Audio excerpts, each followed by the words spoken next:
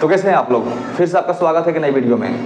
हम लोग आज देखने वाले हैं कुछ महत्वपूर्ण परिभाषा जो छोटे बच्चों से लेकर बड़े बच्चों के लिए भी काफ़ी महत्वपूर्ण है। ठीक है, तो चलिए इसको हम लोग एक बार अच्छा तरह से आपको मैं इसका परिभाषा मतलब बतला दे रहा हूँ और उसके बाद में इसको हम लोग एक्सप्लेन करेंगे। ठीक है, देखिए पहला परिभाषा है संख्या, यानी संख्या किसे कहते हैं।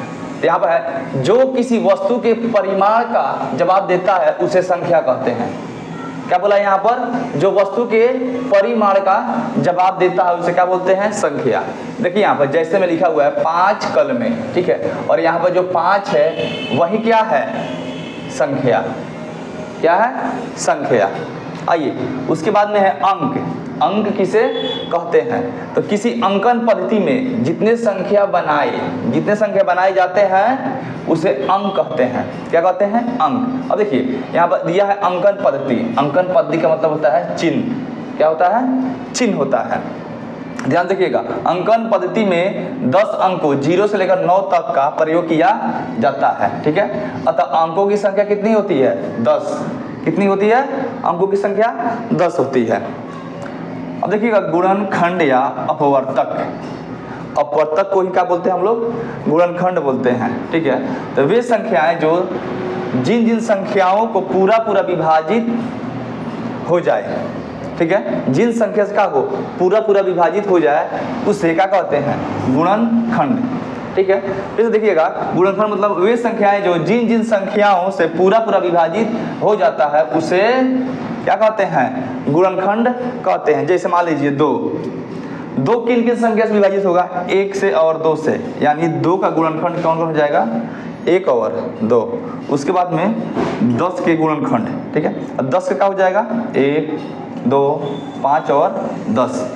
ठीक है, तो गुणनखंड मतलब क्या होता है? जो संख्या हम देंगे वो कितनी संख्याएं से क्या हो जाएगा? कट जाएगा, उसे क्या बोलेंगे हम? गुणनखंड। उसके बाद में आता है अपवर्त्य या गुणज। क्या आता है? अपवर्त्य या गुणज, यानी किसी दी हुई संख्या से पूरी तरह से विभाजित होने वाली संख्याओं को क्या बोलते हैं? गुणज कहते हैं। तो ध्यान दीजिए 7 हो गया। तो देखिए यहाँ पर लिखा हुआ है 7 14 21 28। ये पूरी संख्याएं 7 से क्या हो जाएगी? विभाजित। इसका मतलब हुआ 7 हो गया इन संख्याओं का गुणज। उसी तरह से 10 से क्या हो जाएगा? ये पूरा कट जाएगा, यानी 10 इन संख्याओं क्या हो जाएगा? गुणज। देखिए यहाँ पर दिया है शून्य पूर्णांक। क्या दिया है? शून्य पूर्णांक। हमको लगता है आप लोगों को अच्छा तरह समझ में आ रहा होगा। अगर किसी प्रकार का आप लोगों को दिक्कत होता होगा मतलब समझने में, तो हमको एक बार कमेंट जरूर कीजिएगा, मैं आप लोगों को और आसान तरीका से बताने का कष्ट करूंगा। ठीक है, अब देखिए शून्य पूर्णांक। देखिए इस चिन्ह को यानी शून्य को ही शून्य पूर्णांक हम लोग कहते हैं। आप लोग ये ध्यान रखिएगा, बहुत बार एग्जाम में पूछ देता है, कंपटीशन एग्जाम में पूछ देता है खासकर। ठीक है, अब देखिए भाज्य संख्याएं।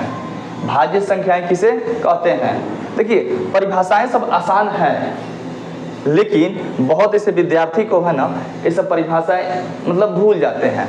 तो आपको एक बार रिवीजन कर लेने की जरूरत है। काफी महत्वपूर्ण क्वेश्चन होते हैं गांव देहात में या अपने से बड़े बुजुर्ग यही सब संख्याएं मतलब यही सब परिभाषाएं पूछ देते हैं किसे कहते हैं, और लड़का नहीं बता पाता है और बेकार में उसका मतलब क्या होता है? इंसल्ट हो जाता है। ठीक है, तो देखिए भाज्य संख्या वैसी संख्या जिसमें 2 से अधिक संख्याओं से भाग लगे। क्या लगे?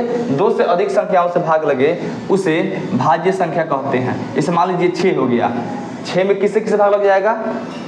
1 से 2 से और कितना से? 3 से और 6 से। ये संख्याएं क्या हो गई?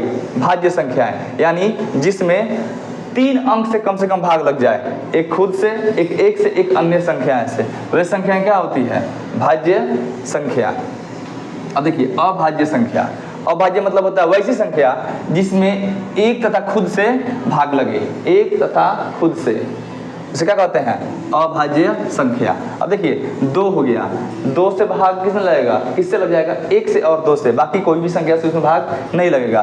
तो 2 का हो जाएगा अभाज्य संख्या।